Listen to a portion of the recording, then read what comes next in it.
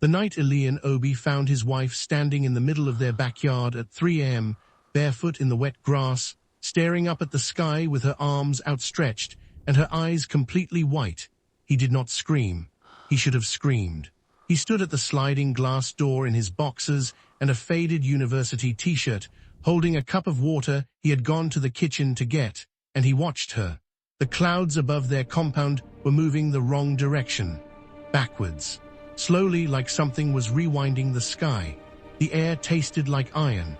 The neighbors' dogs, 4 of them usually loud enough to wake the dead, were absolutely silent.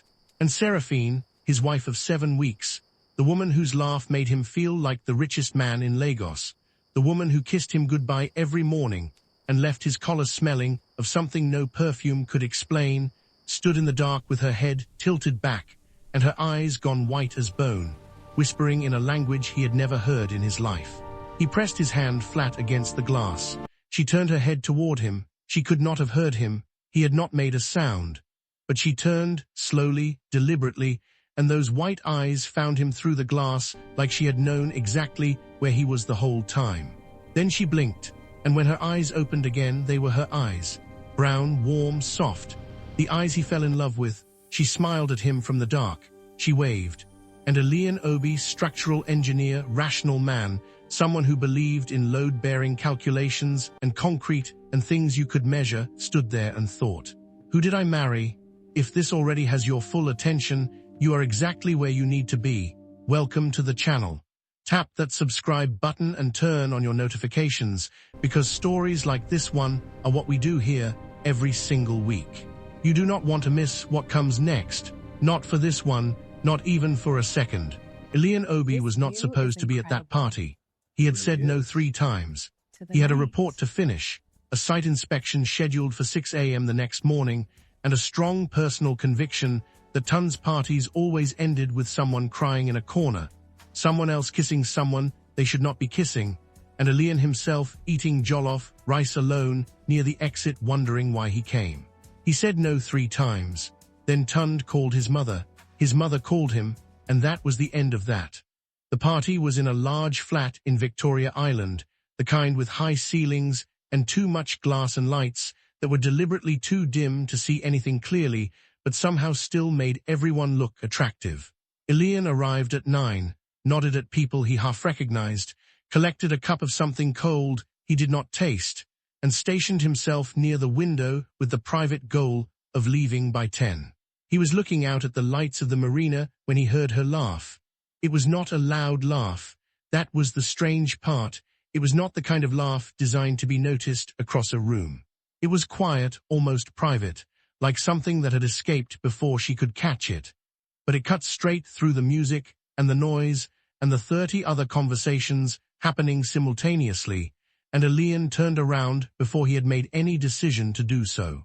She was standing near the drinks table, talking to 2 women he did not know, medium height, dark braids threaded with something gold that caught the light, a green dress that looked like it had been made specifically and exclusively for her body. She was beautiful in the way that made you check yourself. You looked again, then looked at the floor briefly to recalibrate. Tund appeared at his elbow like a spirit. That is Seraphine, Tund said, without being asked. She works in finance. She is absolutely out of your league, but I will introduce you if you stop making that face. What face? Elian said. The face of a man watching a house fire and thinking about walking toward it. Elian looked at his friend. Then back at her. Introduce me. Tund introduced them. Elian shook her hand and said something he could not now recall, something presumably coherent, because she smiled at it. Up close she was more striking than from across the room, which should have been physically impossible, but was demonstrably true. Her eyes were brown, deep and warm, and they looked at him the way very few people ever looked at him, like he was the interesting thing in the room. Elian, she said, tasting his name carefully. What do you do, Elian? Structural engineer, he said. Buildings, bridges. Making sure things that are supposed to stand up continue to stand up. She tilted her head slightly. So you keep the world from collapsing. Specific parts of it, he said. The parts made of concrete and steel. That is more than most people manage, she said. And she smiled again, and Elian thought, I am not leaving at 10. He left at 1 a.m. with her phone number, a headache from trying to be interesting for 4 consecutive hours, and the unsettling certainty that something in his life had just shifted, quietly, irreversibly, the way tectonic plates move. Too slow to feel, too powerful to stop. Their first date was coffee on a Tuesday. She arrived 7 minutes late, apologized without excuse, and sat across from him like she had all the time in creation. She asked him questions that were not the usual questions, not "Where did you grow up?" or "Do you have siblings?" but "What is the last thing that genuinely surprised you? And if you were not an engineer, what would you be afraid to admit you wanted to be?" He said, "A writer." She did not laugh. "What would you write?" she asked. "Stories about ordinary people in extraordinary situations," he said. "People who stumble into things bigger than themselves." She looked at him over her coffee cup, with something in her expression he could not read. "I find that very interesting," she said, and moved on. He thought about that look for 3 days afterward. They saw each other twice a week, then 3 times, then every few days. She was easy to be with in a way he had never experienced.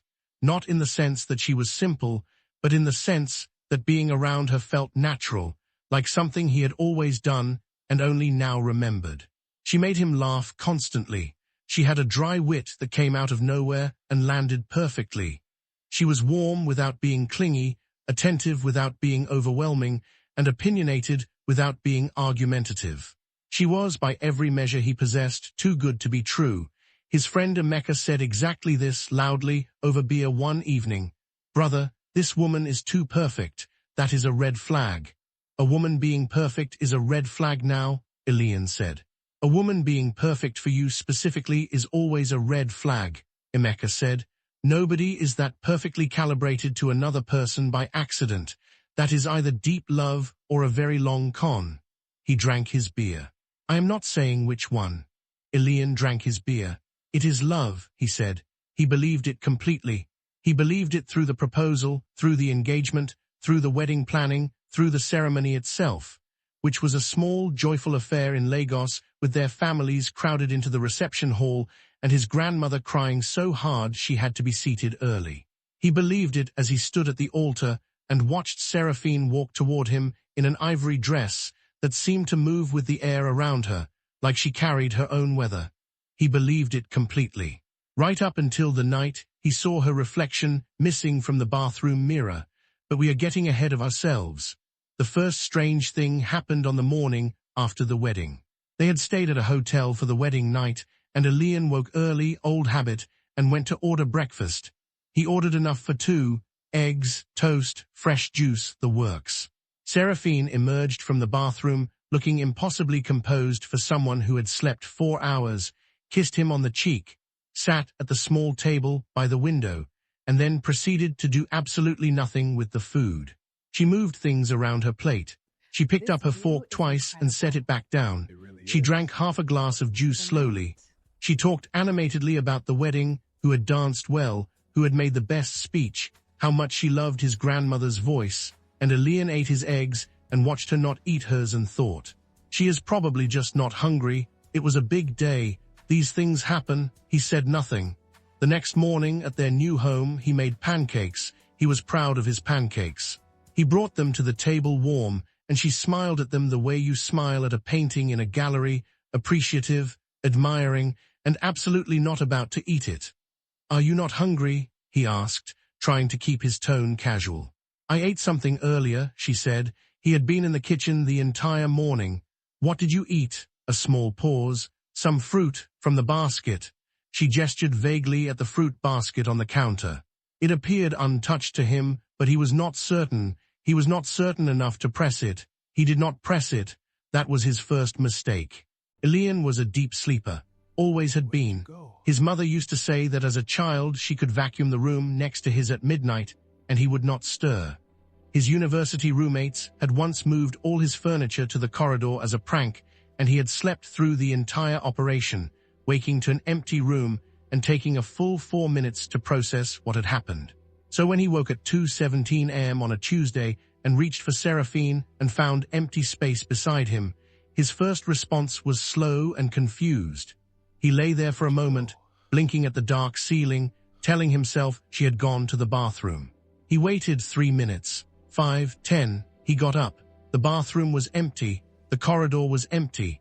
The kitchen was dark. He padded through the flat quietly, checking every room with the irrational feeling that he was intruding on something which made no sense because it was his own home and he was alone in it. He found her in the backyard.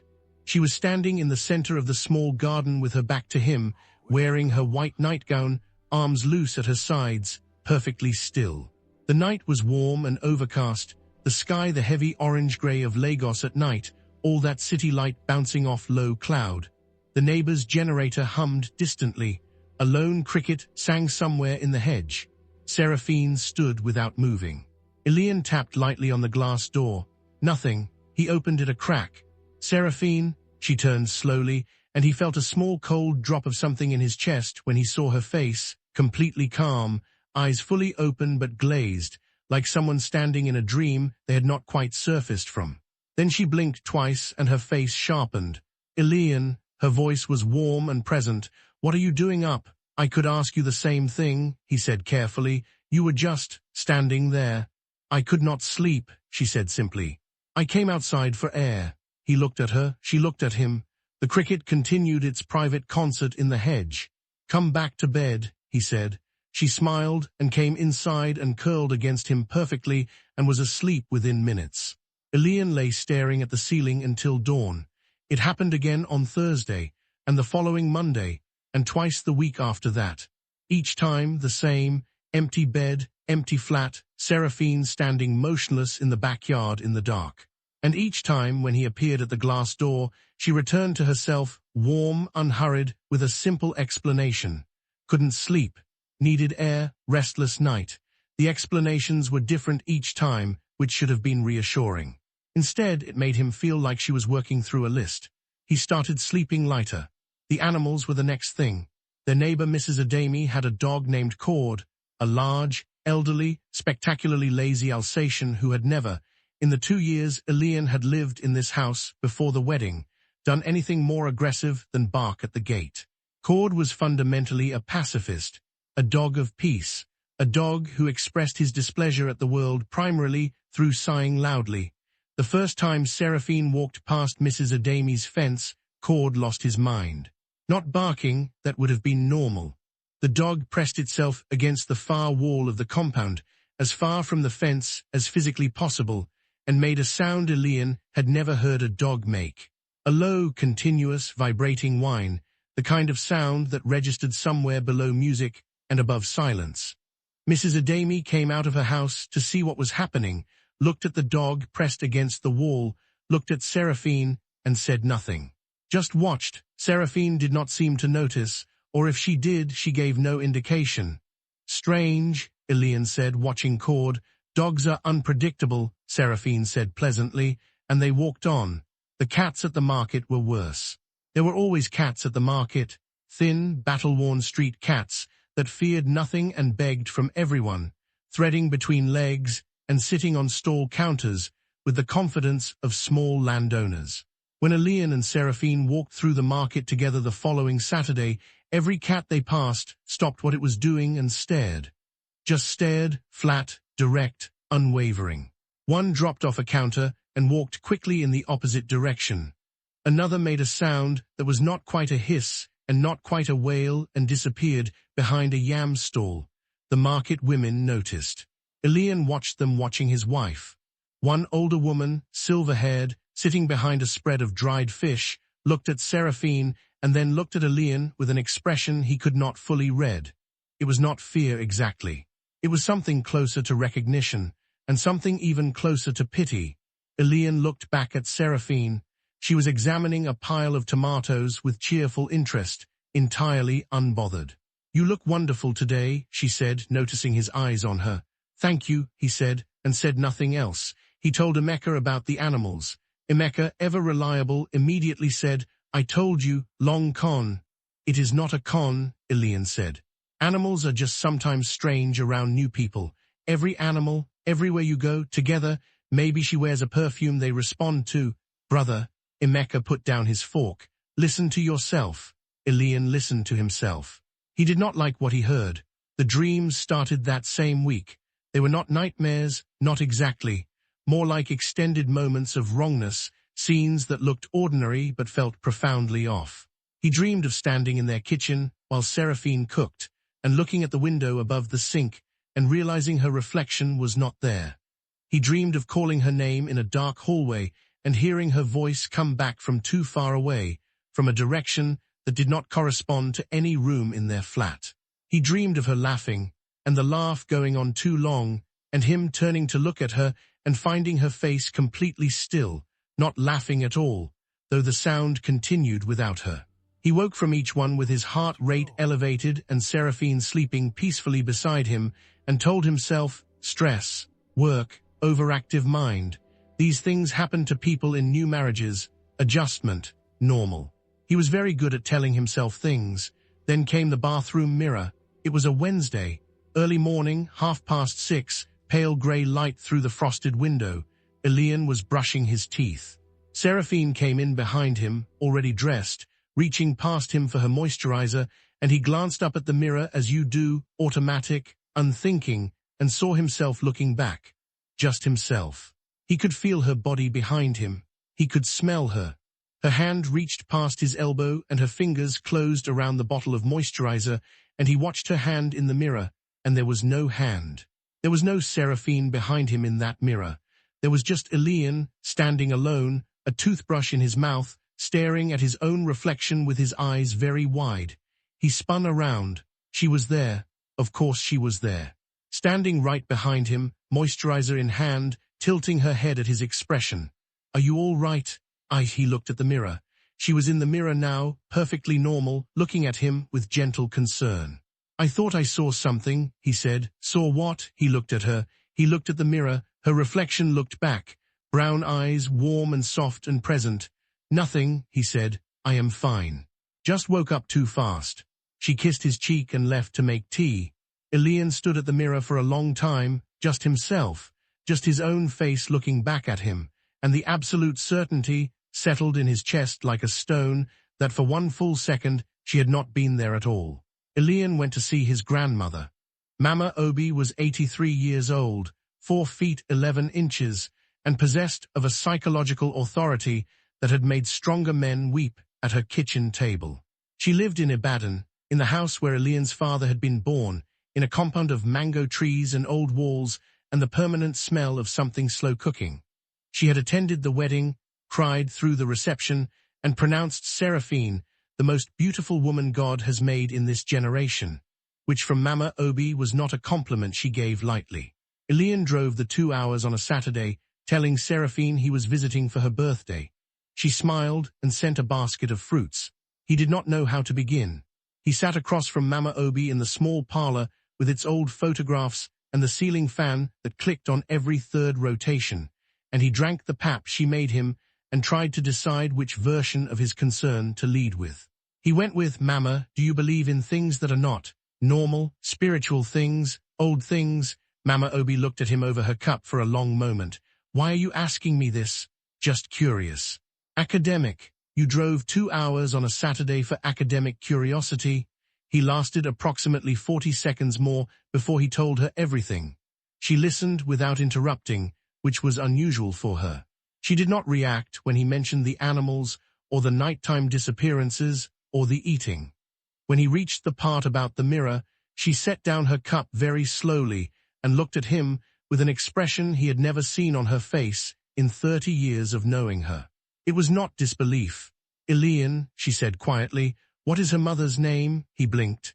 Her mother passed away before we met. She does not speak of her much. Her father's name is her mother, Mama Obi repeated. What was her name? I do not know, he said.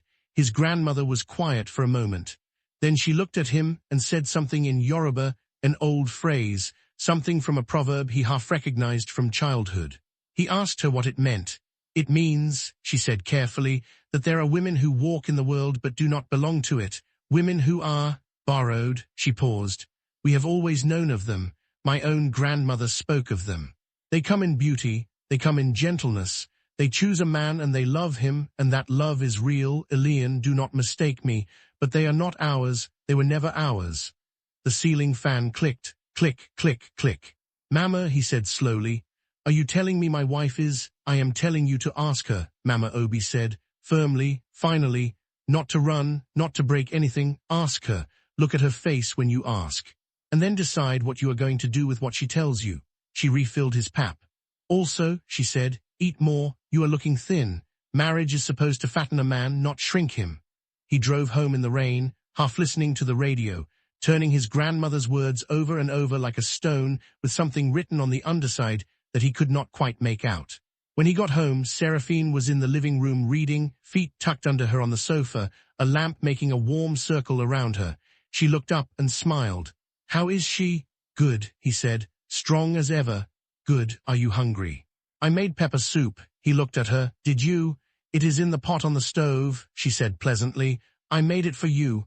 Not for us, he noted distantly. For you. Thank you, he said, and went to eat alone. The next morning he went online. He was not sure what he was looking for. He typed things like, woman no reflection mirror spiritual meaning, and bride not eating Nigerian folklore, and then, feeling ridiculous, closed the browser. He tried again with more specific terms, found 3 forums about sleep disorders, 1 extremely long thread about narcissistic personalities, and an academic article about certain West African spiritual beings that had been documented across multiple ethnic groups for centuries. He read the academic article twice. He closed the laptop. He sat at his desk in his home office for a long time, staring at the wall, thinking about everything he had built his understanding of the world on logic, evidence, things you could measure, and feeling it flex under the weight of what he was beginning to believe. He was not a man who believed in this kind of thing. He had always been a man who believed in this kind of thing far less than he needed to right now. Tund called that afternoon, checking in with the enthusiasm of a man who had successfully matchmade his best friend and was feeling pleased about it. How is married life? Tund said. Good, Ilian said. Just good. You married the most beautiful woman in Lagos and it is just good. It is wonderful, Ilian corrected. She is wonderful. I just have some questions. About what? A long pause. About who she is, Ilian said finally. Tund was quiet for a moment. That is a strange thing to say about someone you married. Yes, Ilian said. I know. He watched her that evening, not suspiciously or not trying to be suspicious. He watched the way she moved through their home, touching things gently, straightening things that did not need straightening, humming something soft and tuneless under her breath. He watched her look out the window at the street below with an expression on her face he could not name, something between longing and patience, like someone who is accustomed to waiting for something they know is coming. She turned and caught him watching. She smiled. You are staring at me, she said, not accusatory, almost amused. You are worth staring at, he said.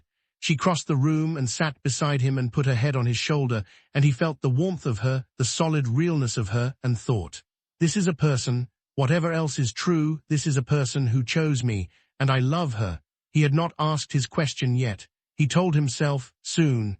He had been telling himself soon for 3 weeks. The night everything accelerated, Ilian had gone to bed early with a headache. Seraphine had stayed up, she said, to finish something she was reading. He had kissed her forehead and gone to lie down, and sleep took him quickly and completely, that deep, total sleep that sometimes came after days of restlessness, like his body had simply had enough and switched itself off without consulting him. He woke at 3:04 a.m. He knew immediately that the house was different. It was a feeling rather than a sound, a pressure in the air, something just outside the range of the senses that the body registers before the mind does. He lay still for a moment, orienting himself. The room was dark. The ceiling fan turned. Beside him, Seraphine's side of the bed was empty again, the sheets cool. He got up. He did not go to the backyard immediately this time. He went to the window first, the bedroom window that faced the compound, and looked out. What he saw made him put his hand flat on the glass to steady himself.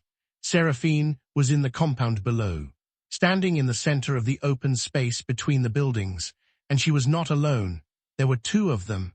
The second figure was visible only at the edges, the way things are sometimes visible in peripheral vision but vanish when you look directly. A shape, a suggestion of height. something that moved without quite moving, that was present without quite being there, that Elian's eyes kept sliding off of the way water slides off glass. Seraphine was facing it. They appeared to be in conversation. Seraphine's posture was different from anything he had seen in her before, straight, formal, a kind of gravity about her that had nothing to do with the warm woman he knew. She was standing the way a person stands when they are speaking to someone they cannot afford to displease. Elian pressed himself against the wall beside the window, heart going very fast, and watched from the edge of the frame. The conversation lasted perhaps 3 minutes. Then the other shape, whatever it was, contracted, folded, simplified, and was gone. Not gone like a person walking away, gone like a candle being extinguished. Seraphine stood alone in the compound. Her head dropped slightly, like something heavy had been placed on her shoulders. Then she lifted it again, straightened herself, and came back inside. Elian was in bed when she came back upstairs, lying on his back, eyes closed, breathing carefully. He felt her pause at the doorway, a long pause in which he did not breathe.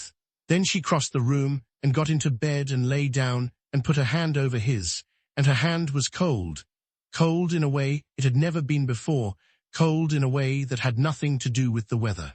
"I know you are awake," she said quietly. He opened his eyes. The room was dark. He could make out the outline of her face turned toward him on the pillow. Her eyes were open. "What was that?" he said. A silence. Longer than any silence they had shared before. "A message," she said. "From home."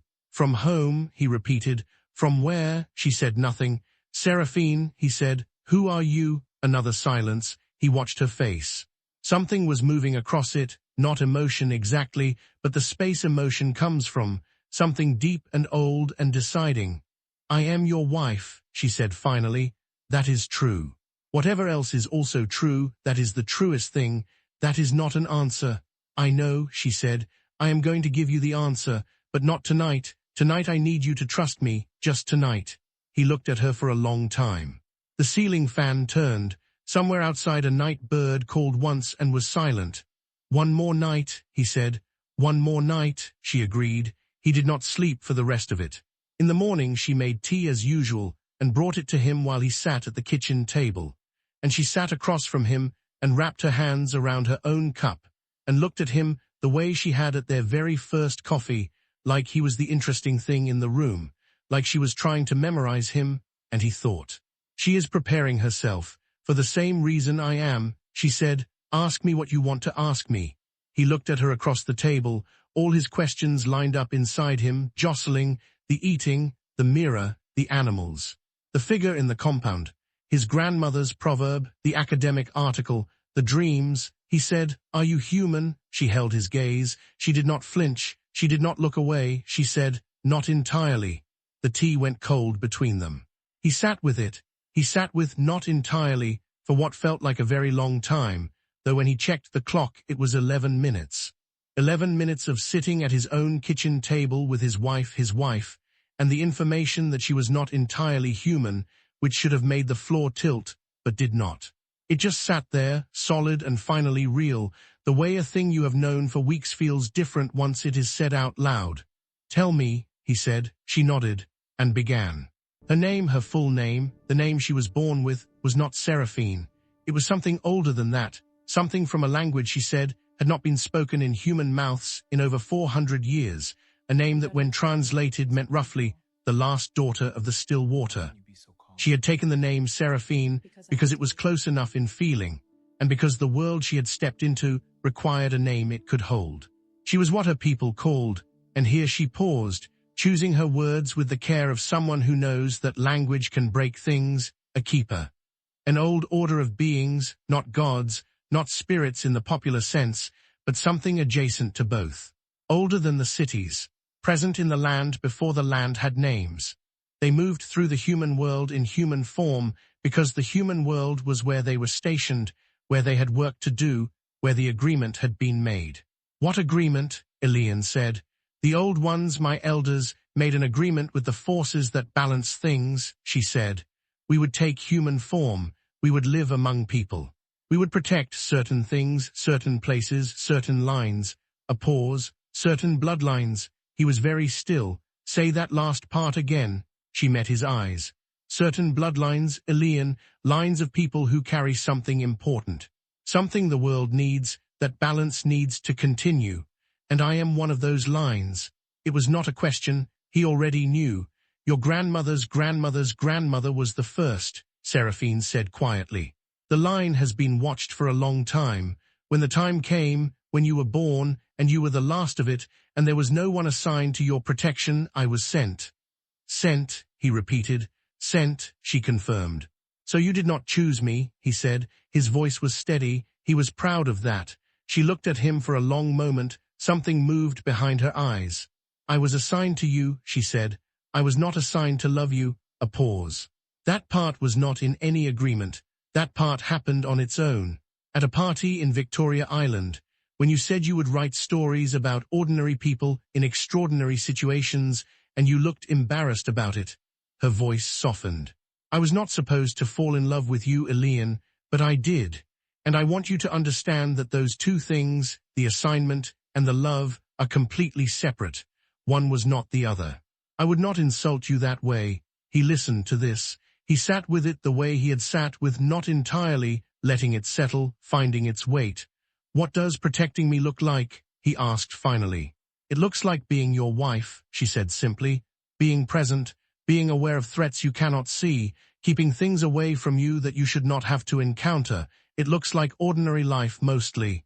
Mostly, he said. Occasionally it looks like standing in a compound at 3 in the morning receiving messages from my elders, she admitted. I apologize for that. I thought you were asleep. I am a light sleeper now, he said. Marriage has changed me. A short, startled laugh escaped her, just like at the party, quiet, barely contained, escaping before she could catch it. And Elian sat there watching her laugh and thought, there she is. That is who I married. Whatever else she is, that is who I married. The eating, he said. We do not need food, she said. Not the way humans do. I can eat, I can taste things, I enjoy certain things, but the need is not there. I moved food around plates because I did not want to make you feel your cooking was unwelcome. Your pancakes are, for the record, excellent. They really are, he agreed. I should have just said I was not hungry from the beginning. I overcomplicated it.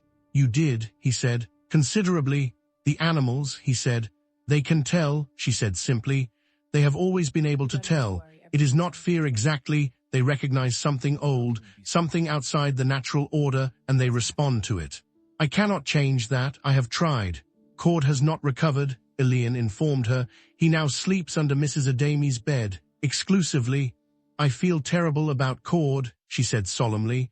He was a dog of peace, Elian said. You broke him. I know, she said. And they looked at each other, and the impossibility of laughing at anything right now sat on top of the realness of laughing anyway, and they both held it in, just barely. The reflection, he said. This one she did not smile about. That was a mistake, a slip. It happens when my focus breaks, when I am tired or distracted. I maintain the form continuously, and sometimes the effort shows at the edges. You were not supposed to see that. But I did, he said. You did, she agreed. And I knew you had, and I knew this conversation was coming. She paused. I wanted more time, with just this, with just being your wife. Before you had to think about everything else it means. He looked at her. He looked at his cold tea. He looked at the morning light coming through the kitchen window and falling across the table between them. What happens now? He said. That is entirely up to you, she said. I will not hold you to anything. Whatever you decide, I will honor it. If you need me to leave, I will leave. If you need time, take it. And if I decide to stay, he said. She looked at him very carefully. Then you are choosing this, all of it, the things that come with it, the messages at 3 a.m., the animals, the complexity, the excellent pancake appreciation, he added. That too, he looked at her across the table. I need a day, he said. Just today I need to sit with it. Of course, she said. Make more tea, he said. She stood and took the kettle and did not say anything else, and neither did he. And the morning light kept coming through the window. And Elian Obi, structural engineer, rational man, someone who believed in things you could measure, sat at his kitchen table and tried to measure something for which there was no unit. He was not sure if he could. He was almost sure he was going to try anyway. He drove to the bridge, not for any dramatic reason. It was simply a place he went when he needed to think, an old habit from before the marriage, from back when his problems were the manageable kind.